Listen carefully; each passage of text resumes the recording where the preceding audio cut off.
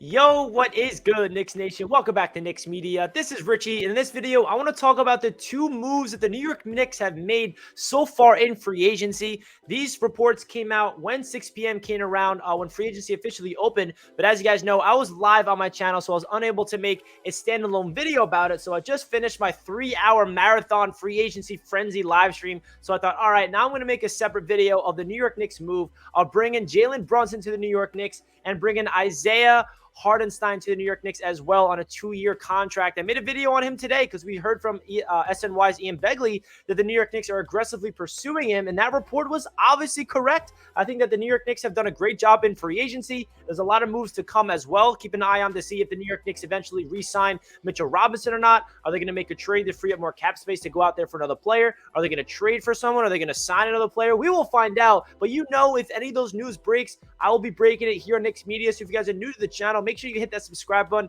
And if you guys want to hit that thumbs up button if you're enjoying the show, I really do appreciate that. It means a lot. And of course, don't forget to comment down below your thoughts of the moves, Jalen Brunson and Isaiah Hartenstein coming to the New York Knicks. So with that being said, let's get right into the video of my thoughts of these two players being added to the New York Knicks. First, we'll start off with Jalen Brunson because this is the player that's been linked to the New York Knicks for so long. Even during the season last year, I remember watching the Dallas Mavericks games in the playoffs thinking to myself, that man, Jalen Brunson, could very well be a New York Knick next season. And boy, was I correct. I'll never forget where I was watching the playoffs, and one of my buddies is a Mavericks fan. I'm like, yo, by the way, Brunson's a future Knick. He's like, nah, we're re-signing him. He's not going anywhere. I'm like, nah, he's coming to the Knicks. And I was correct. All the rumors, all the reports about the New York Knicks pursuing Jalen Brunson finally comes to fruition. It feels good that the Knicks actually have all these reports and all these plan A's to sign someone, and it actually happens. How many times have we heard from the media that the Knicks are trying to get someone and then it just doesn't happen, and then we have to go to plan B or plan C?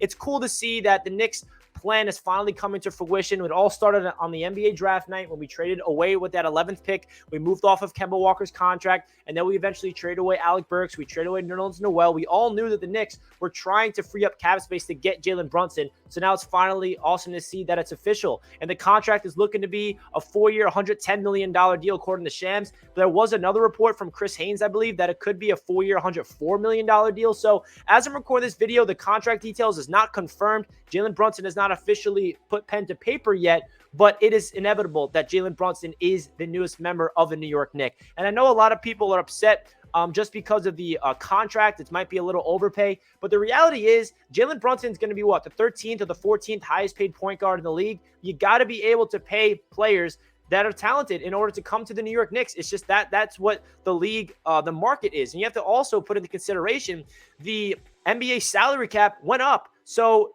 for the Knicks to give Jalen Brunson this type of contract, it doesn't hurt the Knicks as much as you might think. I know that some people are a little hesitant. Well, Richie, why are the Knicks giving him that type of contract when he's not an all-star? He's not a player that's going to move the needle.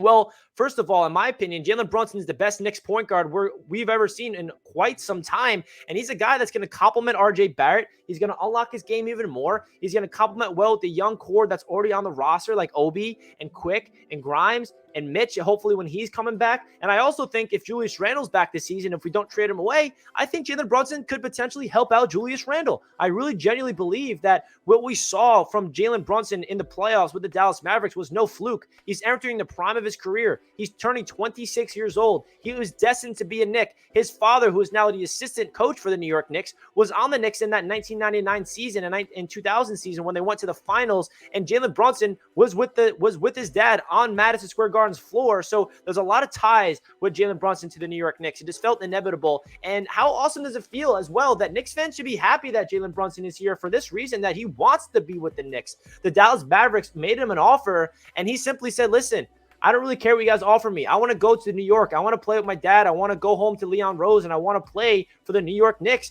Why should Knicks fans not welcome him with open arms? We never have players that want to come to the Knicks. That should make Knicks fans happy. It's usually the opposite. We're usually a team that no one wants to go to, and Jalen Brunson is leaving a team that, first of all, is extremely good, coming off a Western Conference appearance, and now Jalen Brunson wants to get out of Luka Doncic's shadow and show that he's a guy that can really step up to the plate. We saw what Jalen Brunson had to do when Luka Doncic was down with an injury in the playoffs. He stepped up, 41 points against the Jazz, outplaying Donovan Mitchell in that playoff series. Whenever Luka Doncic did not play for the Dallas Mavericks, and Jalen Brunson had to step up to be the primary ball handler. He did not disappoint. He averaged well over 20 points per game. His efficiency was great. Turnovers was down. Assists were high.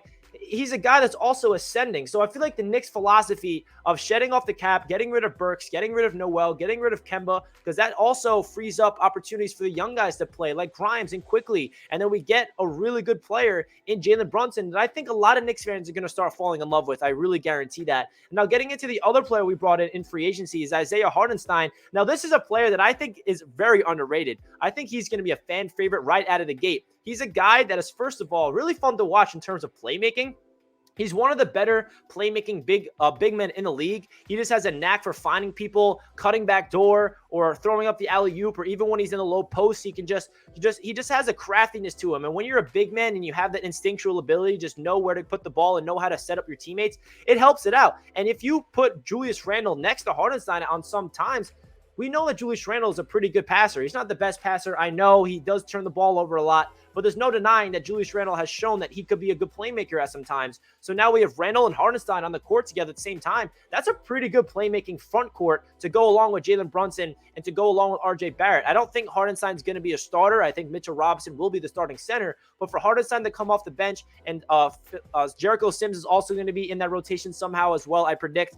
But Hartenstein's a player that can also shoot the three. He's a stretch five. He can protect the rim. And I feel like he's a young ascending player. And this isn't a player that should make Knicks fans believe that we're going to the finals or this is a headliner. This is the type of players that championship teams make, where they see a guy that's in the open market that could be a really good role player. Now, I'm not saying the Knicks are a championship team. My point with that statement was that good teams are the ones that could find the diamond in the rough in free agency, find the low budget guys, find someone for $8 million per year for 2 years that can come in here and make it a big time impact. We all know that Mitchell Robinson, if he is re-signed, he's going to miss probably 15 to 20 games. Just the reality of Mitchell Robinson. So getting insurance in the center of a young guy who has a lot of upside in this league, that can protect the rim, that has really good playmaking ability, that can shoot the three and stretch the floor for Tom Thibodeau's offense, and Isaiah Hartenstein, I feel like that's a great move.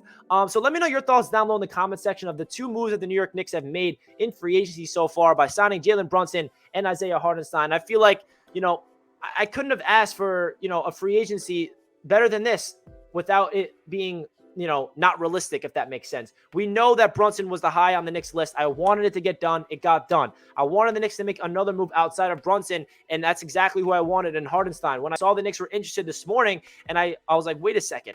This is a player that I've seen play a lot for LA, and he was all over the league. And I'm like, this would be a really fun player to watch at the Garden. Hopefully he becomes a Knick. And what happens? He is now the newest member of the New York Knicks. So I'm pretty pumped up right now. I do feel like there's a lot of other moves to be made from the Knicks. They can waive Taj Gibson to open up more cap space. It seems like they could be potentially moving on from Evan Fournier eventually. We do not know. To open up cap space for another big move, either in the trade market or a free agent. And we're still waiting to see if Mitchell Robinson returns with the Knicks or he's going to go somewhere else. So leave a comment down below your thoughts of these two moves and your thoughts of the overall Knicks free agency. Like the video if you guys enjoy. I greatly appreciate each and every one of you guys tuning into all the videos. And I'll catch you guys in my next one. Let's go Knicks!